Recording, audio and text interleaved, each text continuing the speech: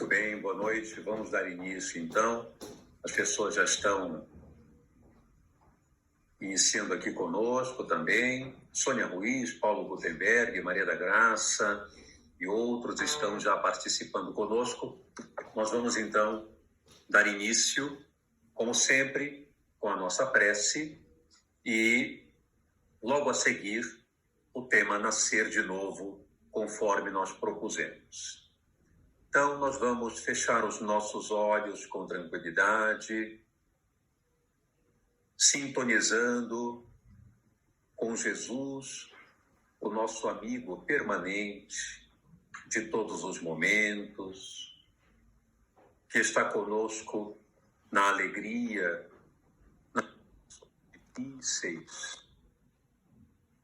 E vamos elevar o pensamento até o seu coração, agradecendo a oportunidade de nos reunirmos em seu nome em clima de profundo aprendizado. Todos nós estejamos hoje em conexão com Ele, com a alma vibrante, alegre, otimista, para assimilar todos os conhecimentos que juntos vamos estudar. E dessa forma, mestre e amigo, nós te rogamos o amparo desse momento, a fim de que as nossas mentes absorvam todos os teus enunciados e os nossos corações se embalem nas emoções do teu amor, da tua bondade, e por fim que a tua luz nos guie no melhor caminho, de modo a ajudarmos todos os que nos cercam e, ao mesmo tempo, ajudarmos a nós mesmos no próprio crescimento. Se conosco nesta noite. Que assim seja, graças a Deus.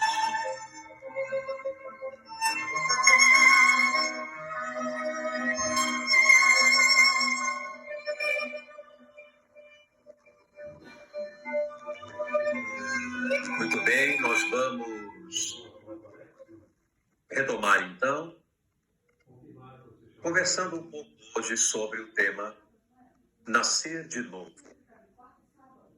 Nós vamos ler um pequeno trecho que retrata esse episódio marcante da vida de Jesus, que é o seu encontro com Nicodemos, onde justamente esse diálogo específico é estabelecido e nos traz, é claro, lições inesquecíveis para o nosso cotidiano, para a nossa concepção daquilo que somos, do que estamos fazendo neste mundo, de onde viemos, para onde vamos nos deslocar e qual vai ser realmente o nosso destino, mediante as escolhas que adotarmos em prol de nós mesmos e da nossa relação com os outros. Então, eu vou ler o trecho que está em João, capítulo 3, versículos de 1 até 12. Então diz assim: E havia entre os fariseus um homem chamado Nicodemos, príncipe dos judeus. Este foi ter de noite com Jesus e disse-lhe: Rabi, bem sabemos que és mestre vindo de Deus, porque ninguém pode fazer estes sinais que tu fazes se Deus não estiver com ele. Jesus respondeu e disse-lhe: Na verdade te digo que aquele que não nascer de novo não pode ver o reino de Deus. Disse-lhe Nicodemos: Como pode um homem nascer sendo velho? pode, porventura, tornar a entrar no ventre de sua mãe e nascer? Jesus respondeu: na verdade te digo que aquele que não nascer da água e do Espírito não pode entrar no reino de Deus. O que é nascido da carne é carne, e o que é nascido do Espírito é espírito. Não te maravilhes de te ter dito: necessário vos é nascer de novo.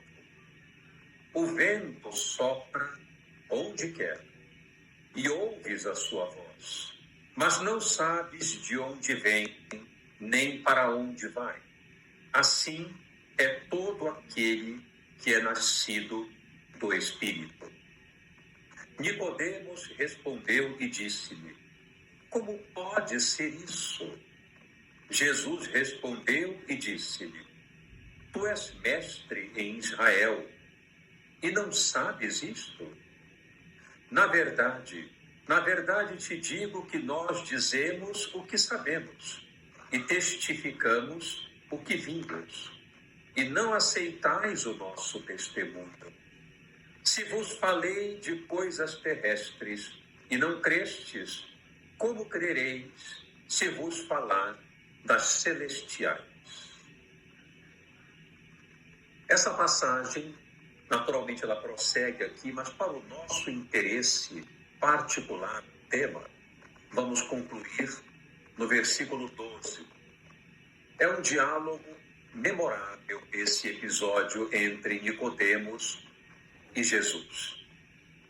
Narram alguns espíritos em outros livros idôneos que somente João, que era o mais novo dos discípulos, se encontrava com Jesus nesta noite, que é justamente essa passagem descrita por João.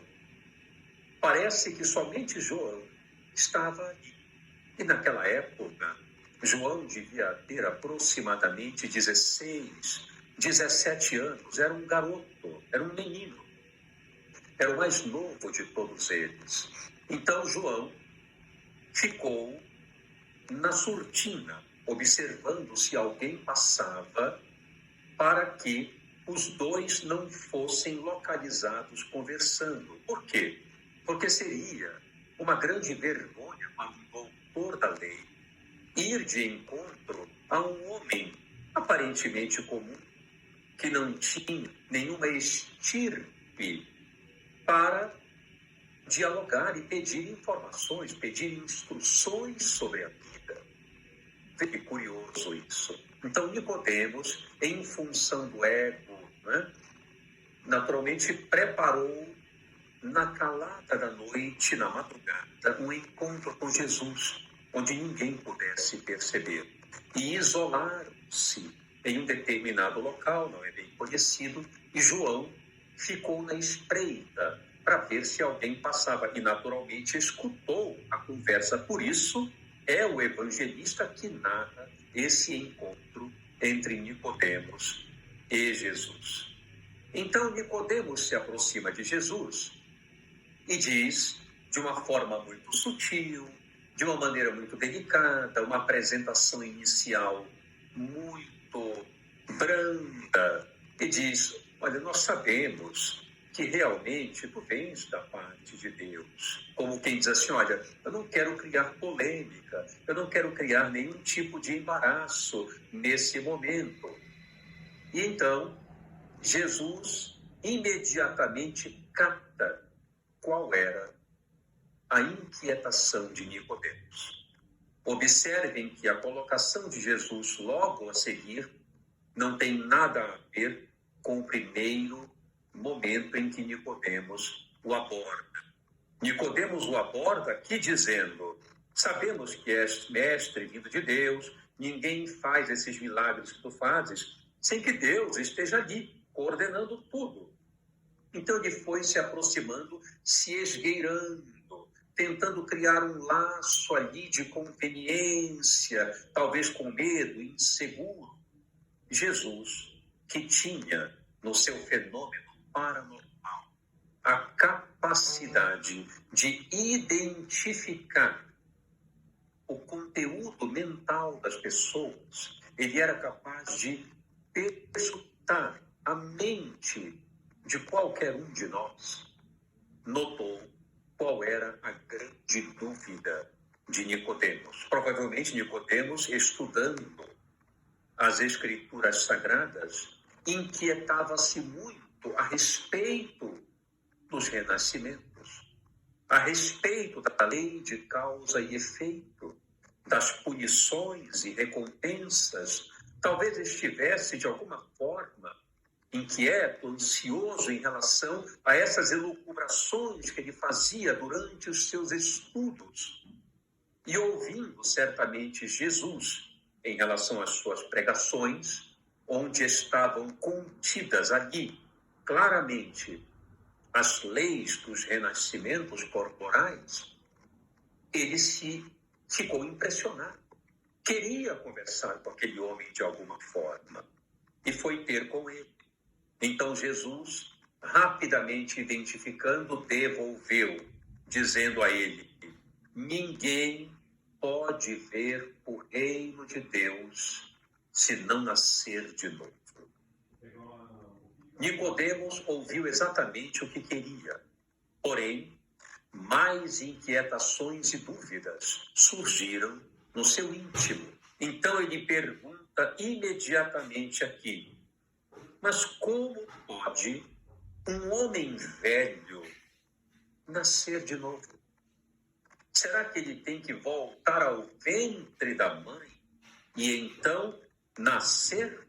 É curiosa essa colocação de Nicodemos, porque ficou claro o entendimento do que Nicodemos quis se referir à colocação de Jesus também.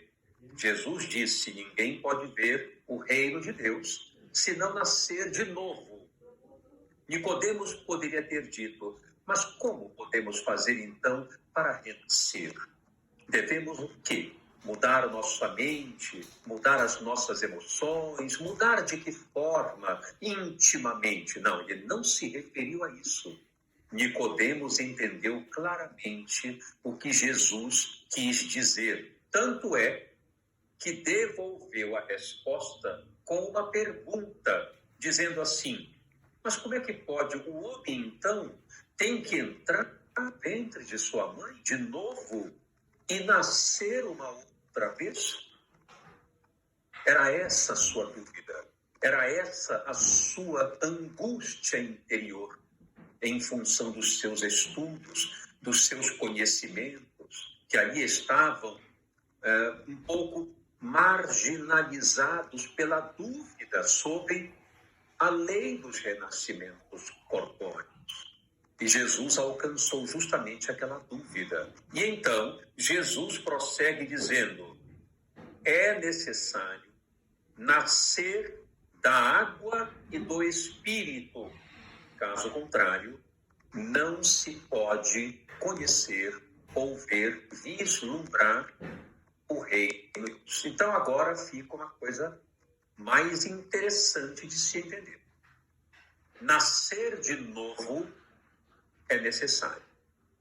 Mas de que forma precisamos nascer de novo? E aí vem a apresentação de Jesus. Uma do ponto de vista evolutivo, a outra do ponto de vista psicológico. O evolutivo é nascer da água. O psicológico é nascer do Espírito. A água é o elemento material mais excelente existente na natureza. Nós podemos dizer que onde existe água, existe vida bíblica. Porque se não houver água, não pode haver o fenômeno biológico da vida. A água é essencial. Neste planeta em particular, o planeta em si é constituído de 70% de água. O nosso corpo, vejam bem, é constituído de 70% de água. Quando um feto começa a se desenvolver no útero materno, ele fica imerso em água. Então, a vida biológica necessita da água. Então, Jesus abordou, primeiramente, em uma questão evolutiva, com base estrutural, orgânica. É necessário renascer em campo orgânico da água. E, ao mesmo tempo, é necessário renascer em ambiente interno, em estado de renovação espiritual.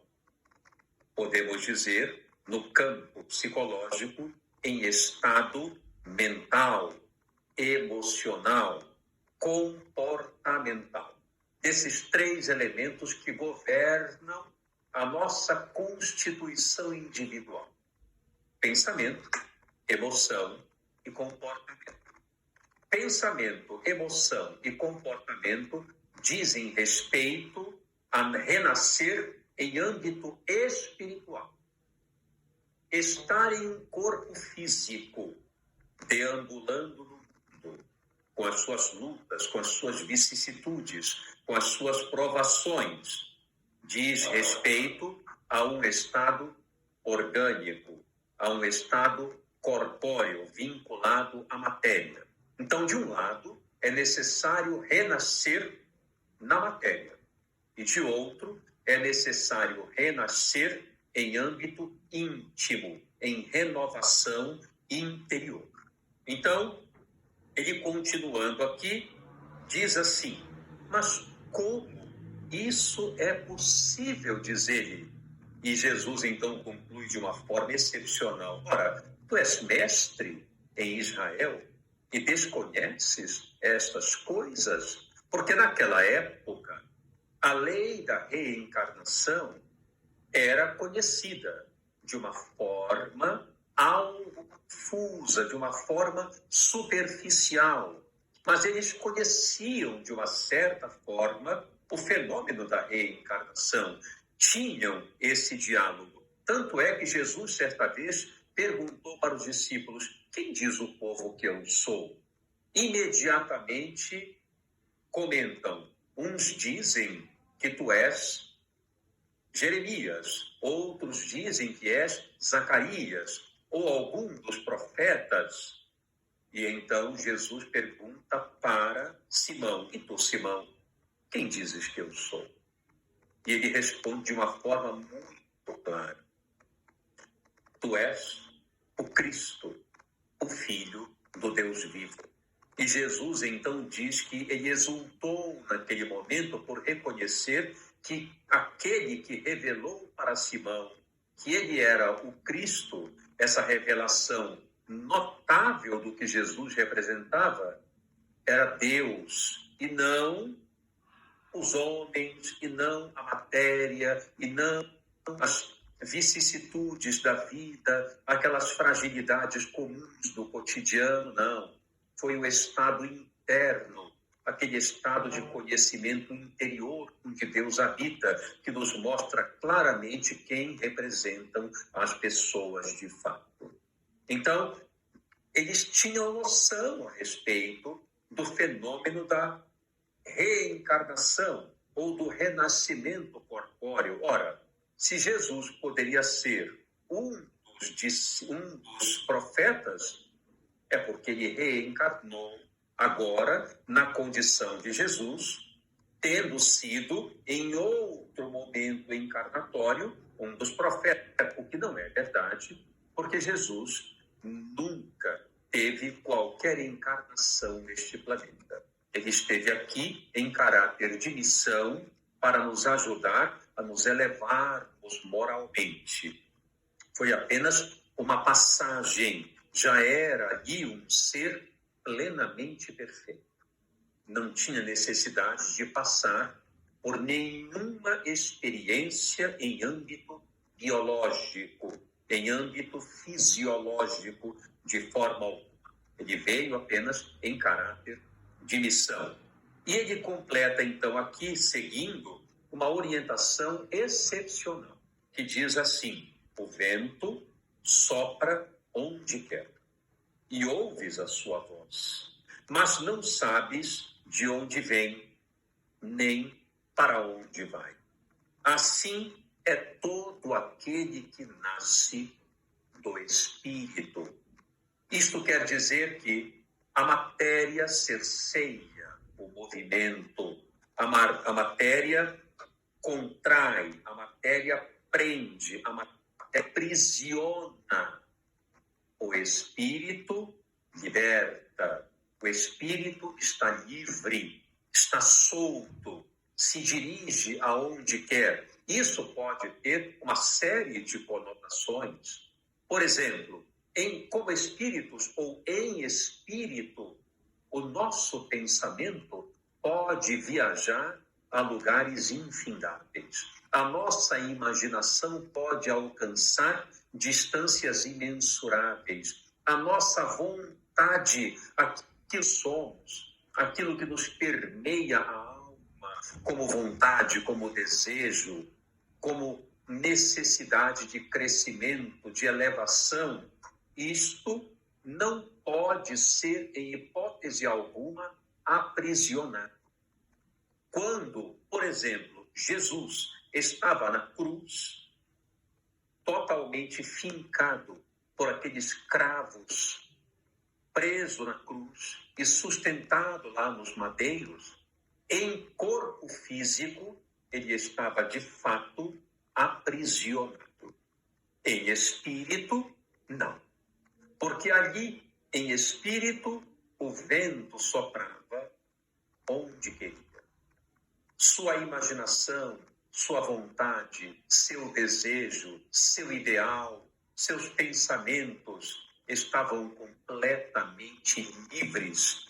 Iam, vinham, conectavam-se à vontade com seres tão significativos ali presentes e invisíveis, e mesmo com aqueles encarnados que de fato se assenhorearam dele ali em clima de amor, de afetuosidade. Seus pensamentos se conectaram com todos. Portanto, o vento sopra aonde quer, ouves a sua voz, mas não sabes de onde ele vem, nem para onde ele vai, porque o vento é livre. O vento circula livremente. Assim é a criatura em espírito no âmbito da eternidade. Ela está completamente livre, destinada à fatalidade da plenitude da vida. Porém, é necessário momentaneamente estar presente na matéria, estar presente em um corpo físico. E algumas pessoas costumam imaginar, ora, por que seria necessário reencarnar? Por que a necessidade do renascimento em corpo físico? Essa, a lei dos renascimentos, é uma lei natural. É uma lei totalmente natural a que nós devemos obedecer com ou contra a nossa vontade. Não é porque nós não acreditamos, não é porque nós somos contra, não é porque nós repudiamos, eventualmente, essa lei natural, que ela deixe de existir de forma alguma. Não quer dizer que, conforme eu desejo, as coisas acontecem. As coisas são como são. Deus, obviamente, nunca pediria permissão para estabelecer as suas leis. Consequentemente, a lei dos renascimentos corporais representa uma lei natural, uma lei consagrada à evolução. Sem esta lei, não pode haver evolução das criaturas. Em todos os aspectos. Não pode haver evolução em todos os aspectos, até mesmo em relação aos animais. Por exemplo, eu costumo brincar dizendo assim: imaginem um homem nas cavernas constituindo o seu grupo familiar.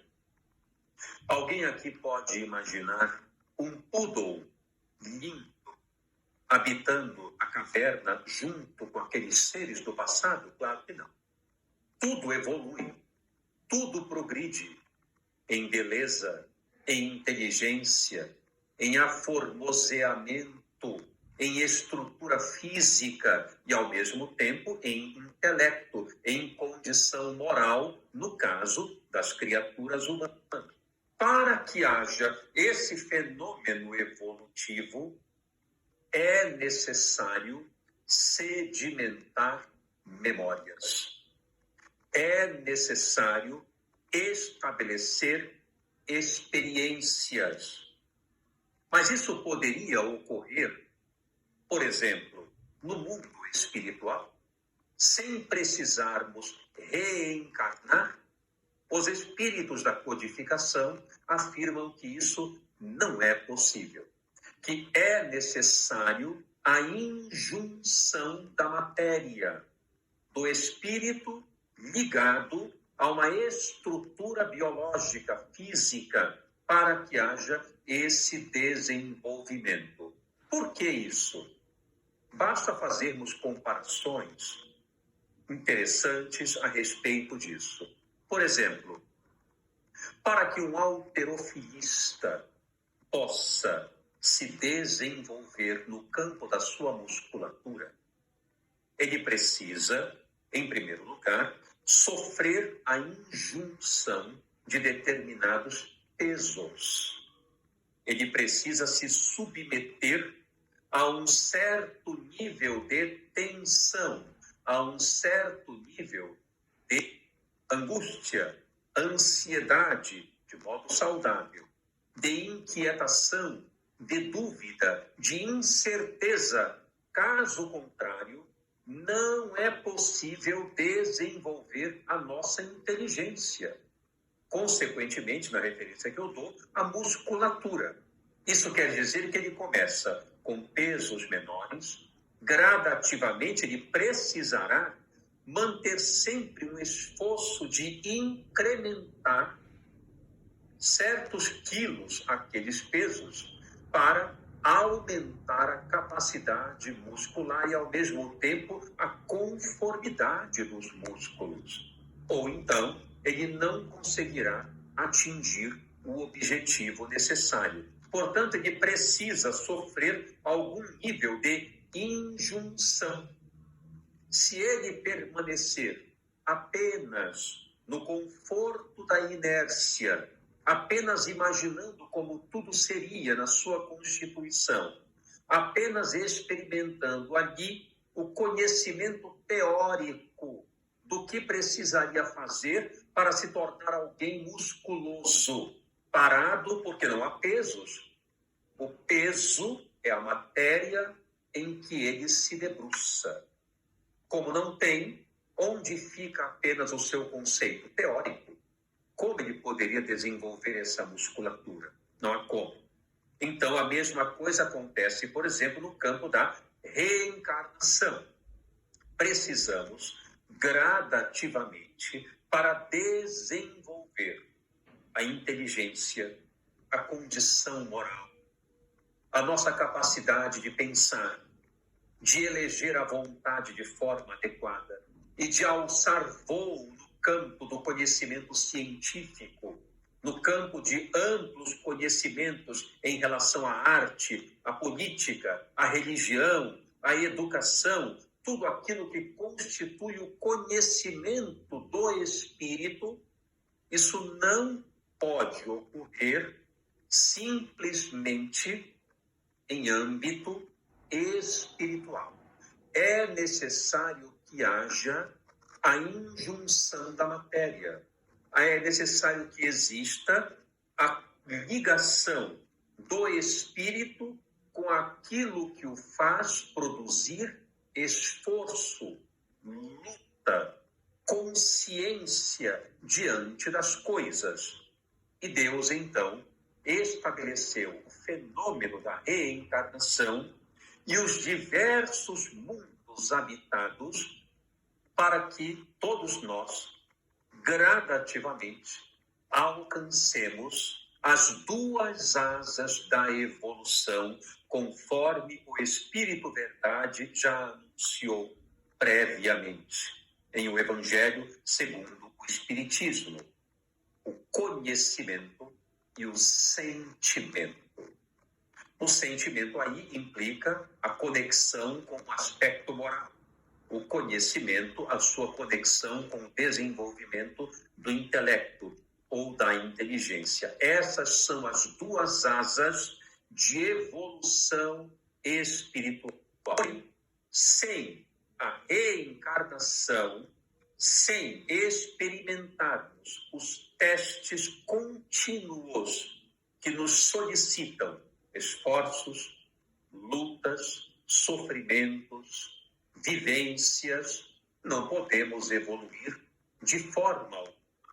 Equivale também dizer, por exemplo, a uma comparação com a escola, com o nosso estudo.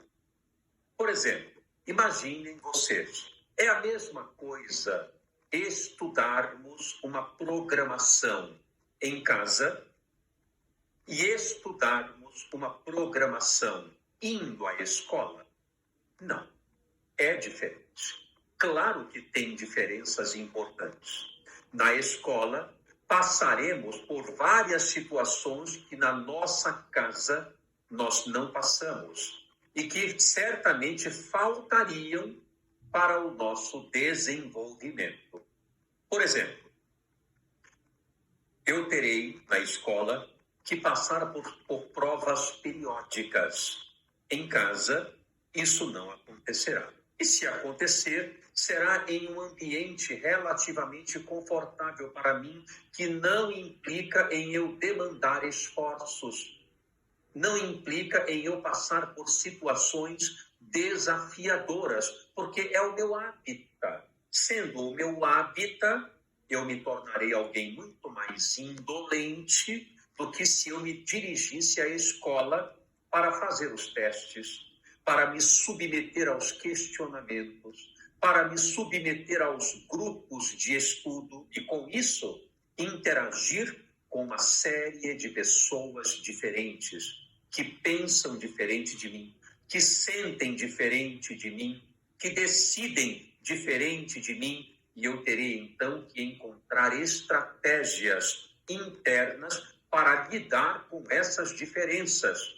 Eu passarei por situações onde precisarei mover de dentro de mim raciocínios, interpretações, aquisições diversas para lidar com aquele meio ambiente novo que me desafia. Eu precisarei, portanto, enfrentar um banco escolar, pessoas estranhas, fazer amigos, lidar com os professores, lidar com uma série de coisas que eu não conheço e que me provocam certa angústia, certa ansiedade, certa incerteza.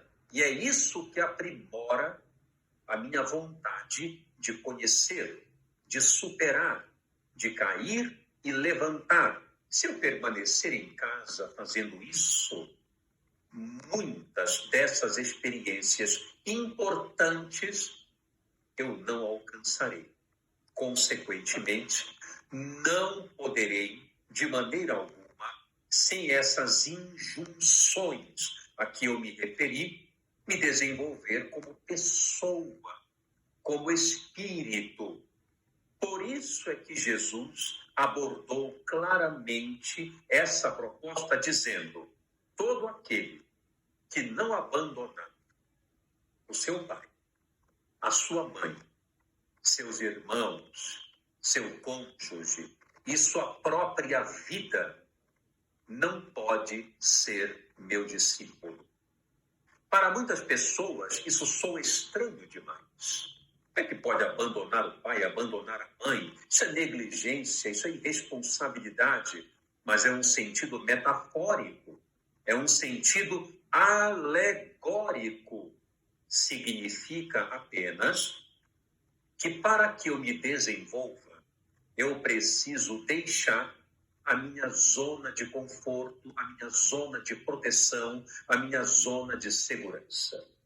Se eu não sair por aí, enfrentando as injunções diversas que me fazem crescer, desenvolver, isto é, a relação com as outras pessoas, a injunção da matéria que bloqueia um pouco a minha capacidade volitiva, a minha capacidade de movimento, de raciocínio,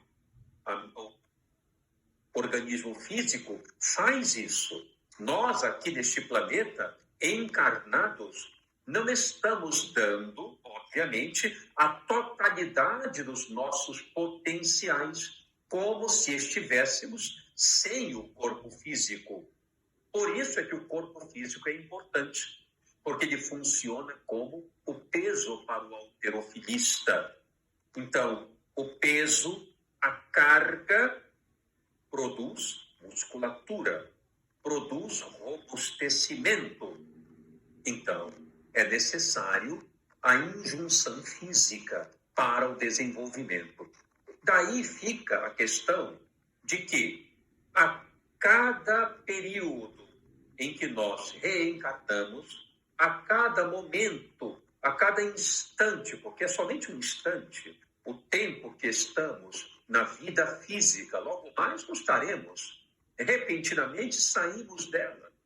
Então, a vida física é um lapso de tempo perto da eternidade. Como dizem os espíritos da codificação, é até menos que um segundo perto da eternidade. Claro que essa é uma comparação até muito grosseira, porque nem isso é. Já que a eternidade não cessa, um lapso de tempo é o quê? Não conseguimos nem dimensionar. É um instante mínimo, um breve sopro de vida enquanto estamos encarnados. Então, toda essa estrutura, enquanto estamos aqui na Terra, passando, estamos aprendendo, desenvolvendo inteligência, desenvolvendo sentimento. Por quê? Porque aqui, na vida física, sorrimos e choramos, caímos, levantamos, erramos, acertamos, passamos por todo tipo de experiência que nos aprimora consideravelmente para o futuro, para a perfeição relativa, unida, embora ainda diante de um abismo, mas de certa forma unida ao Criador que nos ama. E o mundo espiritual?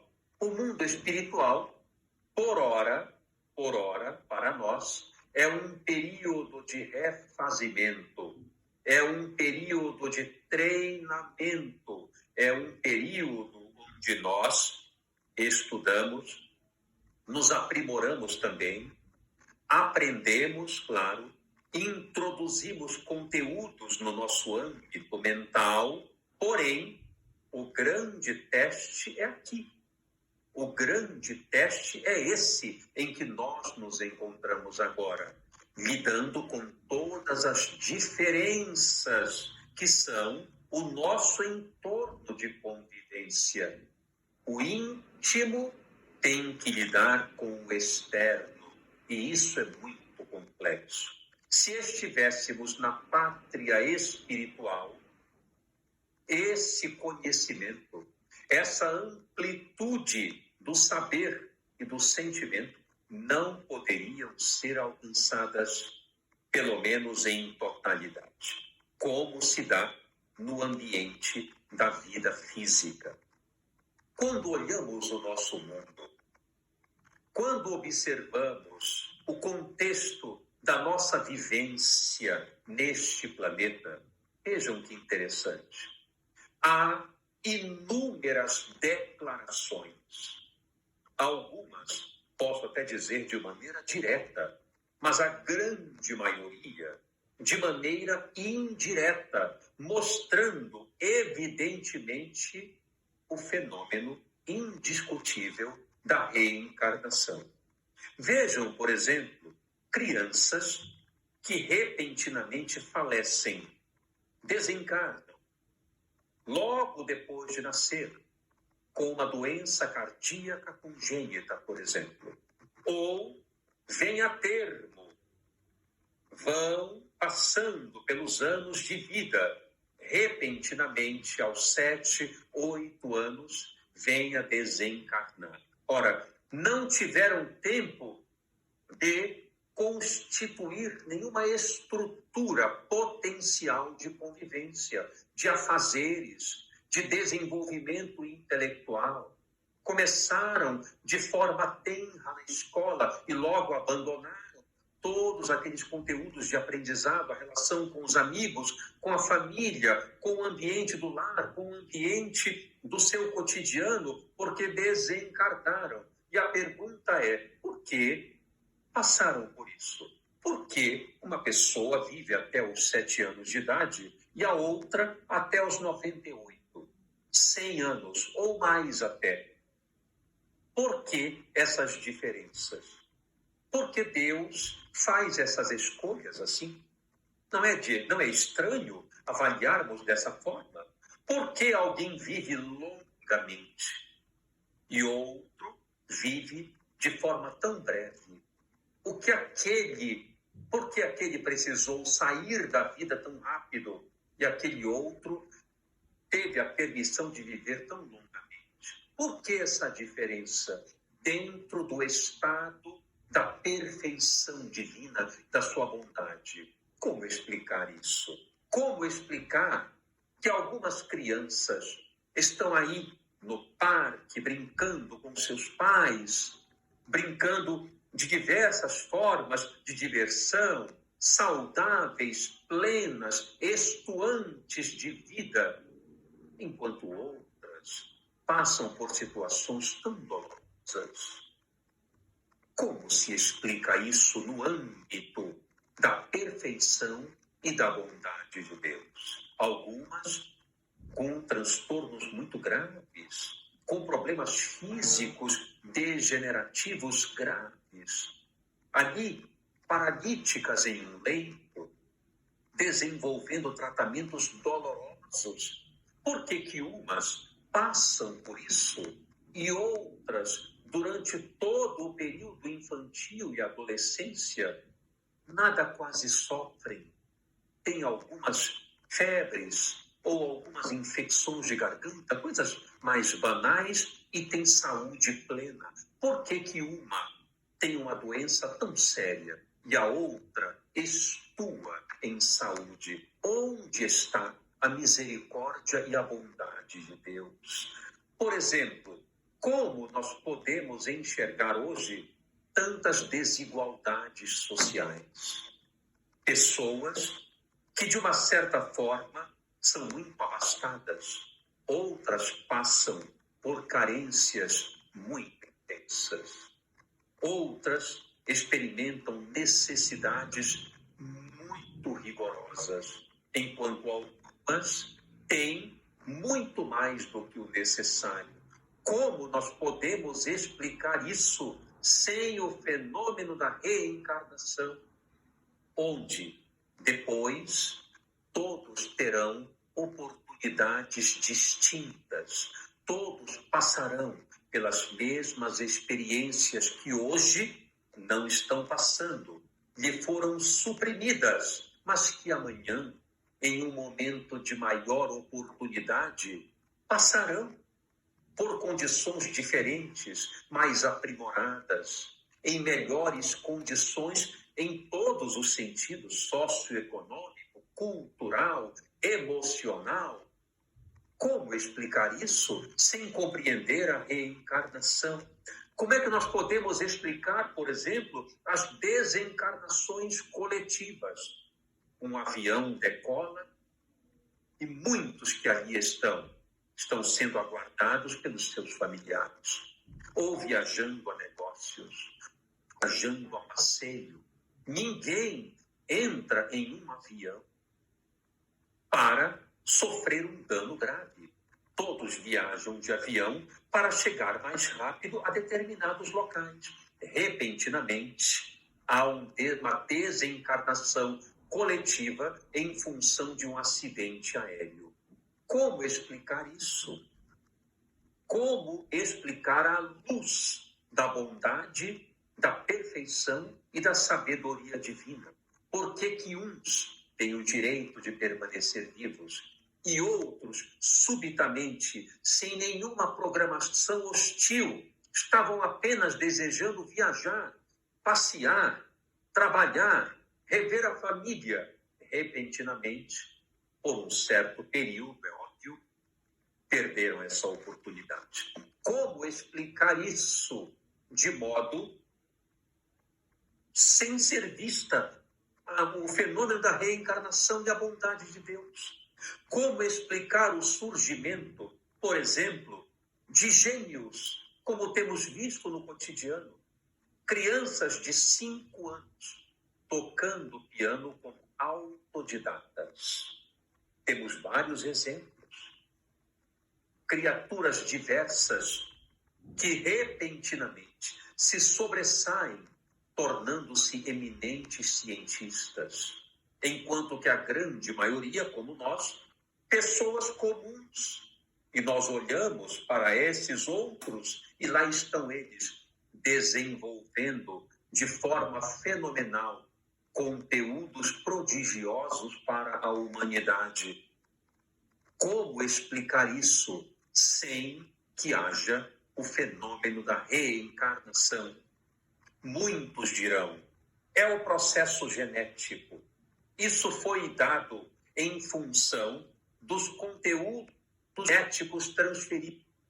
Mas os pais dos gênios, na sua grande maioria, são pessoas comuns. Que genes são esses poderosos de pessoas comuns? E, ao mesmo tempo, como explicar os traços trazidos por várias pessoas, se não por todos nós, à luz da explicação, da transferência de genes? Ah, você é assim porque seu pai é. Você se tornou assim porque sua mãe foi. Ah, ele é exatamente como o pai. Bondoso ou então duro, cruel.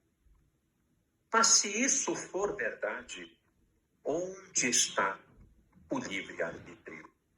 Todos nós, eu tenho certeza que você que está me ouvindo, não abriria mão do seu livre-arbítrio, de decidir, de escolher, de ser aquilo que deseja ser.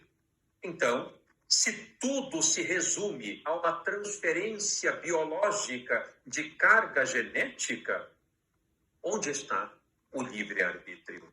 Somos, então, marionetes do destino, marionetes em relação à genética. Somos derivados de um lance de dados que, quando cai no solo, decide ali, a esmo, quem nós somos. É claro que não é assim. Nós temos o livre-arbítrio. Diz o espírito Joana de Ângeles, numa afirmação memorável, que ninguém colhe em seara alheia o que não houver semeado. Isto quer dizer que cada um é um, cada ser é um ser único, é um ser dependente de si próprio, autor do seu destino, e tudo que ele é hoje, ele traz do ontem, das suas experiências, em outras encarnações.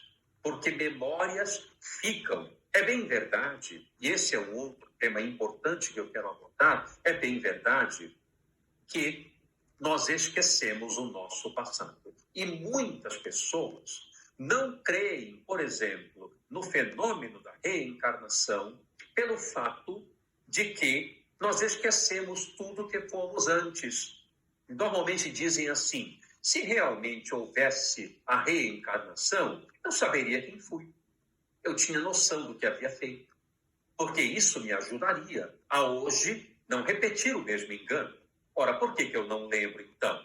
Então é um mecanismo errado. Porque se eu lembrasse do erro que cometi, eu hoje não faria de forma alguma aquele mesmo erro.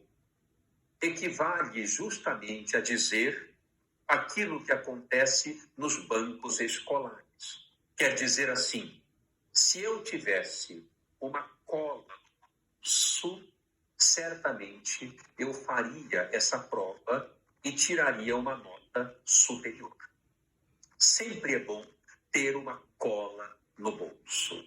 Lembrar de experiências anteriores equivale a ter uma cola no bolso. E a pergunta é, qual é o mérito? Onde está o livre-arbítrio, mais uma vez? Onde está a capacidade decisória?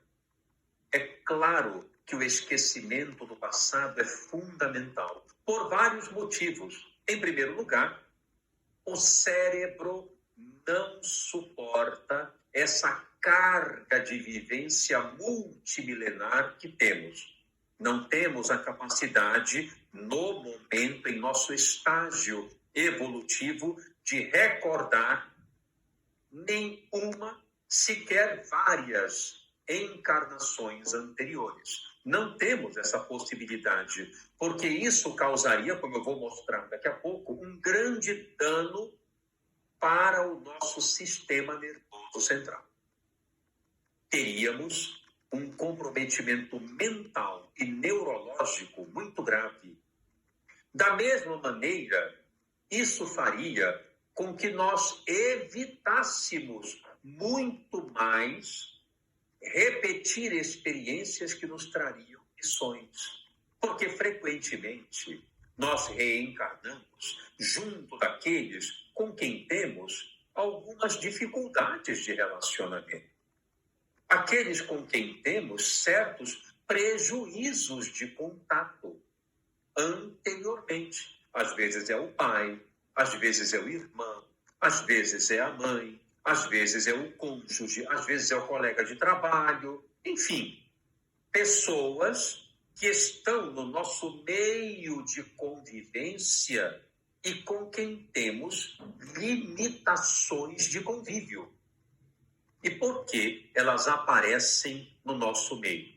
Para que desenvolvamos, através dessa injunção da dificuldade emocional, maior apreço, maior conteúdo emocional sadio. Fácil é amar quem nos ama. Difícil é amar quem tem limitações emocionais conosco. Esse é o esforço da reencarnação e da injunção da matéria. A matéria, aqui no campo orgânico, nos une de volta com aqueles seres que antes não souberam nos entender muito bem. Ou nós temos dívidas para com eles. E agora estamos reunidos de volta para fortalecer nova constituição de laços. Portanto, uma constituição saudável, lúcida, amorosa, bondosa, solidária, diferente do que aconteceu antes. Se nós nos lembrássemos do que fizemos, é claro que nós evitaríamos essa pessoa. Diríamos, esse ou essa eu não quero ver nunca perto de mim. E tudo se manteria exatamente como está, com uniões desfavoráveis, com emoções prejudiciais. Então, é claro que o esquecimento do passado ele é fundamental para o desenvolvimento do espírito na nova encarnação em que ele se encontra. Entretanto, há um dado interessante. Nós esquecemos o fato, não esquecemos a emoção que o fato faz. E isso é muito importante. Não pense você que o esquecimento é total. Não é. Ele é relativo.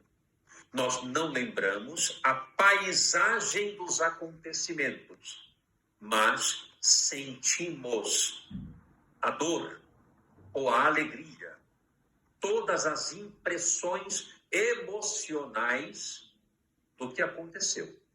E isso nós sabemos. Tanto é que milhões de pessoas no mundo, senão todos nós, temos no nosso íntimo profundas inquietações que não sabemos a origem. Uma angústia, uma tristeza, uma culpa que não se explica, um tédio que não sabemos dizer de onde vem, um desânimo, uma frustração que às vezes toma conta de nós, um estado de inquietação, de ansiedade, onde se quer fazer tudo. Por que isso acontece? Nós perguntamos para as pessoas ou para nós mesmos, por que eu sinto exatamente assim? Não há resposta. Logo dizemos, é o meu jeito, eu sou assim mesmo. Não é bem assim. Todos esses sentimentos implicam em recordações confusas de algo que está faltando concluir, que está faltando executar e que é muito importante fazer.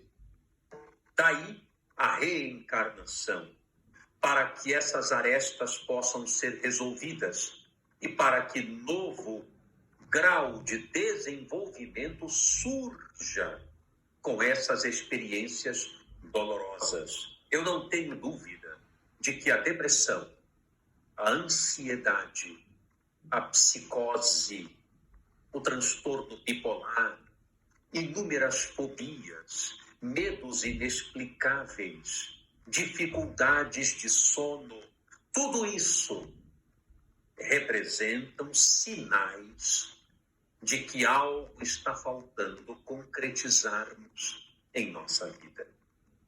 Há um chamamento importante que nos sinaliza um grande sentido existencial a ser cumprido. E na finitude da vida física, esse sentido precisa ser encontrado. E a ansiedade, a tristeza, a culpa, o remorso, a angústia de toda sorte é uma sinalização discreta, sutil, silenciosa ao espírito de que ele está sendo chamado para algo que ele ainda não identificou e que precisa prestar muita atenção aonde ele está sendo chamado para executar tarefas primordiais da sua vida. Fazer as pazes com pessoas, perdoar-se, ajudar, superar mágoas, superar melindres, adquirir conhecimentos novos de modo a contribuir com a sociedade, ir mais de encontro a quem precisa dele. Alguma coisa, com base nesses sentimentos, está faltando fazer. E o sentimento doloroso é a sinalização ou o disparo existencial, mostrando-nos que algum caminho que precisamos seguir ainda não foi encontrado e é necessário encontrá-lo para realizar aquilo que nos cumpre fazer. E quando fazemos, repare bem, esse sentimento começa a se dissipar, começa a se diluir.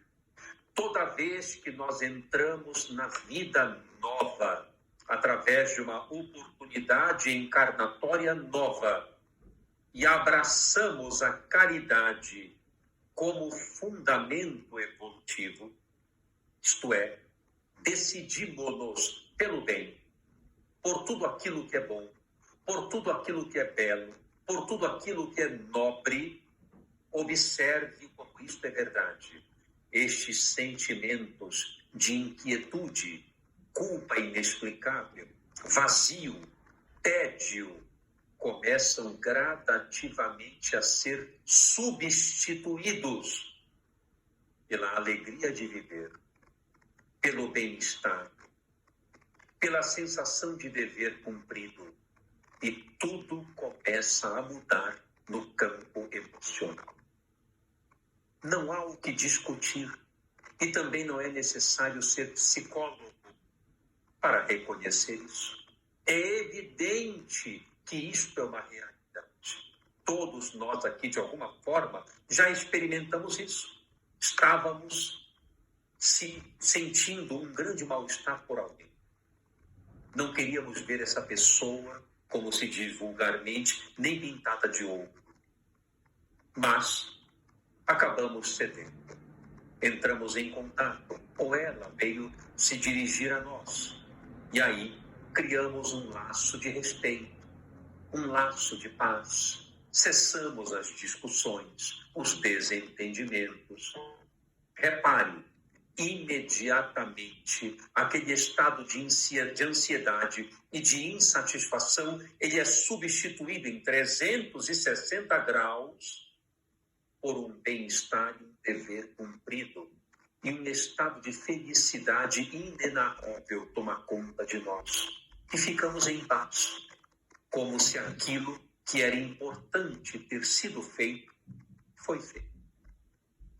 E assim, através do fenômeno da reencarnação, vamos diluindo todas as nossas imperfeições gradativamente, através do alcance do conhecimento e do alcance de um novo sentimento, mais feliz, mais sadio.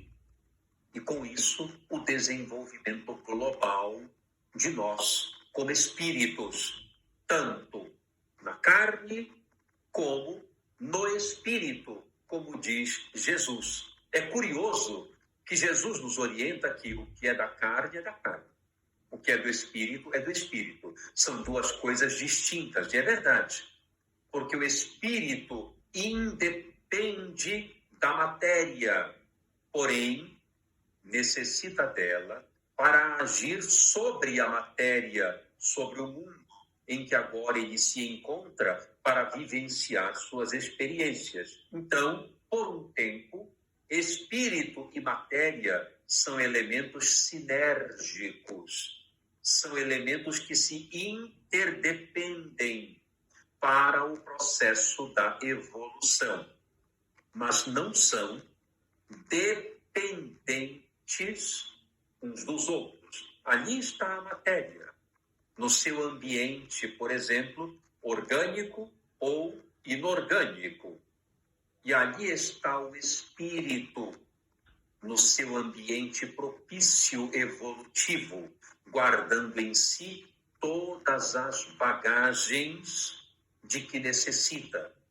E essas bagagens são verdadeiros blocos de memória naquilo que conhecemos como perispírito, nome esse dado por Allan Kardec ao envoltório sutil do espírito, ou corpo espiritual. O perispírito é o modelador biológico, é justamente o elemento que modela o corpo físico que vamos ter. E ele, o corpo físico, assume a forma comandada pelo perispírito, conforme esses blocos de memória que ele armazena, que são as nossas experiências, nossas escolhas, nossas tendências, nossas vontades. Ali, o perispírito imprime no corpo físico todo esse conteúdo de memórias anteriormente vividas. E essas memórias, aí sim, trabalham o jogo do campo genético, adaptando os genes conforme a necessidade agora do reencarnante. É por isso que pais diabéticos, por exemplo, nem sempre têm filho diabético, na grande maioria. A porcentagem ou a prevalência de diabetes no mundo é da ordem de 9% da população global. Ou seja, 9 em cada 100 pessoas têm diabetes aproximadamente. Eu pergunto, por que não as 100 pessoas? Se o gene do diabetes está no pai ou na mãe. Por que, então, a pessoa, o filho, não expressa esse gene? Porque só 9% da população. Porque são as memórias, as necessidades contidas como armazenamento de memórias no perispírito, é que modelam a estrutura genética de que vai se compor aquele novo organismo. E aí, tudo aquilo que representa tendência, tudo aquilo que aclimata a vontade, o pensamento, a decisão daquele novo ser que está reencarnando, tudo isso manipula os genes. E aí, o indivíduo, a criatura humana reencarnada, expressa através desses elementos suas próprias tendências, aquilo de que tem como conhecimento e aquilo de que expressa como sentimento. Portanto, eu não tenho dúvida de que a reencarnação é fundamentalmente um fenômeno indiscutível de inteligência quanto à vontade e à sabedoria divina. Porque a reencarnação, por um lado, explica todos os fenômenos existenciais nas suas diferenças, nas suas desigualdades, mostrando que cada um colhe conforme semeia, mas ao mesmo tempo todos, sem exceção, terão infinitas oportunidades para semear sempre melhor. Eu fico pensando, por exemplo, em um pai que vê o seu filho dependente químico. Vamos imaginar um pai que vê o seu filho dependente químico.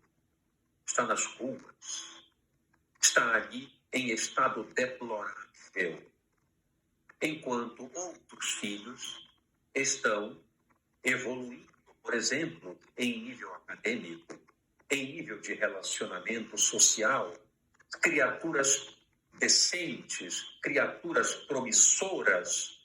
A pergunta que eu faço é: será que este pai, que ama o filho, que é delinquente, que é dependente químico, talvez até traficante de drogas, este pai nunca mais poderá ter em seu coração a esperança de ver aquele indivíduo que ele ama em uma nova condição existencial? Deus seria misericordioso de abandonar aquele ser à própria sorte, dizendo: ele desencarnou, por exemplo, por uma overdose, não aproveitou em nada a sua existência, então agora vai receber simplesmente conforme aquilo que plantou e ponto final. Mas se nós, pais humanos, somos pessoas que damos infinitas oportunidades aos nossos filhos, às vezes os nossos filhos cometem erros muito graves na existência e voltam rogando perdão, desculpas, pedindo uma oportunidade. E nós, pais imperfeitos humanos, nós concedemos essa oportunidade para uma nova chance de reparação, porque Deus, perfeito que é, olhando um filho que cai no precipício das drogas e vai até o fim da vida, frequentemente curta, morrendo de overdose, ou às vezes morrendo assassinado, porque a perfeição divina não daria uma nova oportunidade a esta criatura, portanto, em uma outra chance encarnatória, para que refizesse seu caminho, refizesse seus passos em um novo cometimento mais sadio? Se nós, os pais imperfeitos da terra, oferecemos 2, 3, 10, 20 oportunidades aos nossos filhos. Não seria o atestado da imperfeição divina se ele não desse uma chance nova àquele seu filho que não soube aproveitar um período da sua eternidade como espírito? É claro que seria uma imperfeição. Ora, como reconhecer então a perfeição divina em campo de amor e bondade? Somente a reencarnação, porque a pessoa morreu. Se morreu, como pode reparar aquilo que fez? Nascendo de novo, tendo uma nova experiência no corpo e também no sentimento, no pensamento, no comportamento, portanto, em espírito, para que alce voos mais luminosos na direção de Deus.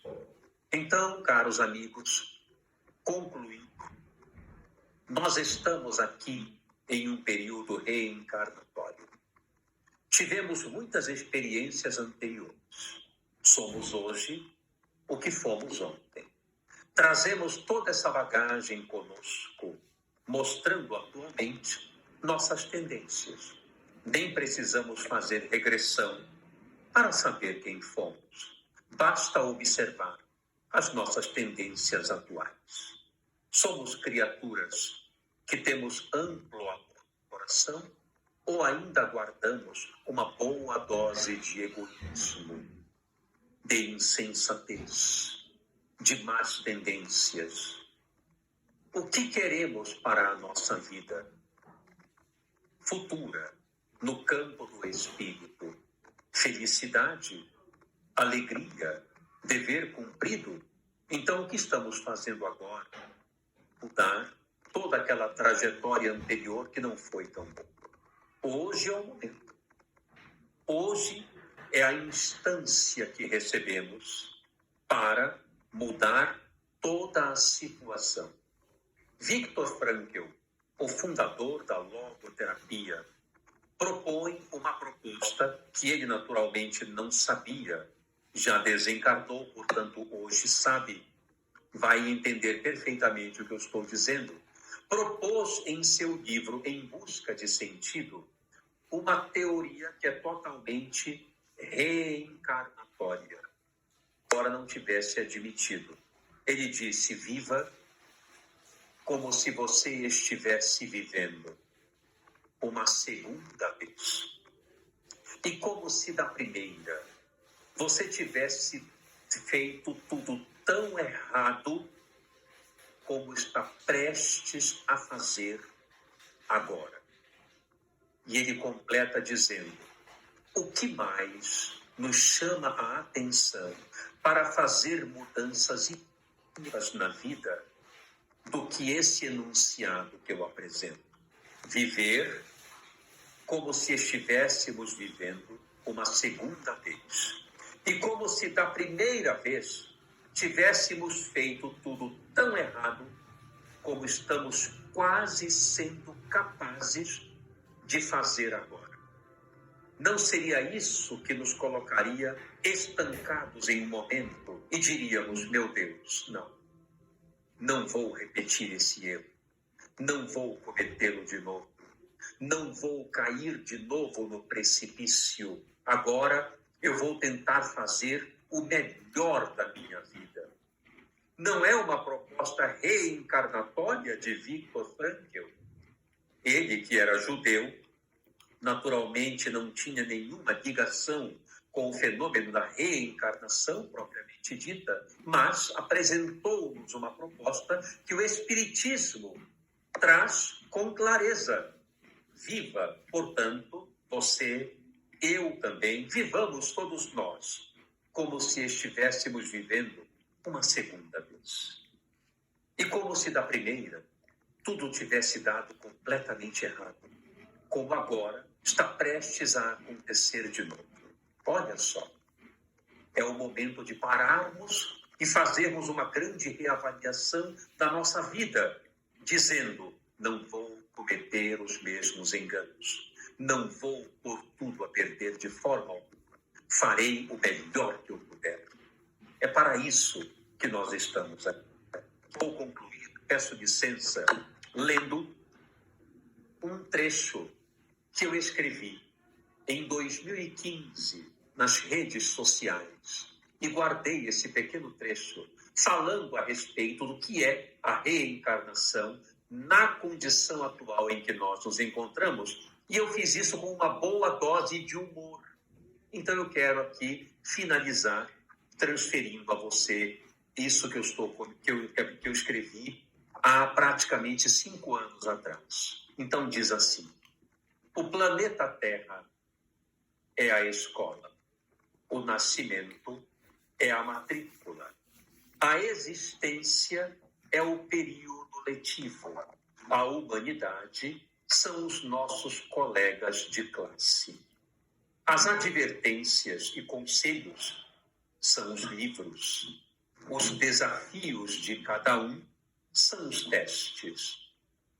Nosso modo de responder às ocorrências determina as notas, e a morte é o instante de aferição dos resultados. E, curiosamente, é o único educandário à Terra onde não é possível colar, não é possível conseguir o gabarito da prova, não é possível matar aula, assinar a presença pelo colega ou pedir que ele assine por nós e, por fim, queixar-se ao diretor. Mas é sempre possível pedir revisão de prova, fazer prova de segunda chamada, ter muitas aulas de recuperação e, por que não, ganhar aquele meio ponto que falta para não fracassar. Então, eu quero encerrar deixando esta mensagem. Como a vida é bela e como as reencarnações são dádivas de Deus para que façamos o melhor no momento presente. Nós vamos encerrar, então, fazendo as vibrações e, por fim, eu vou ler aqui alguns comentários que coloquei uma pergunta. Vamos, então,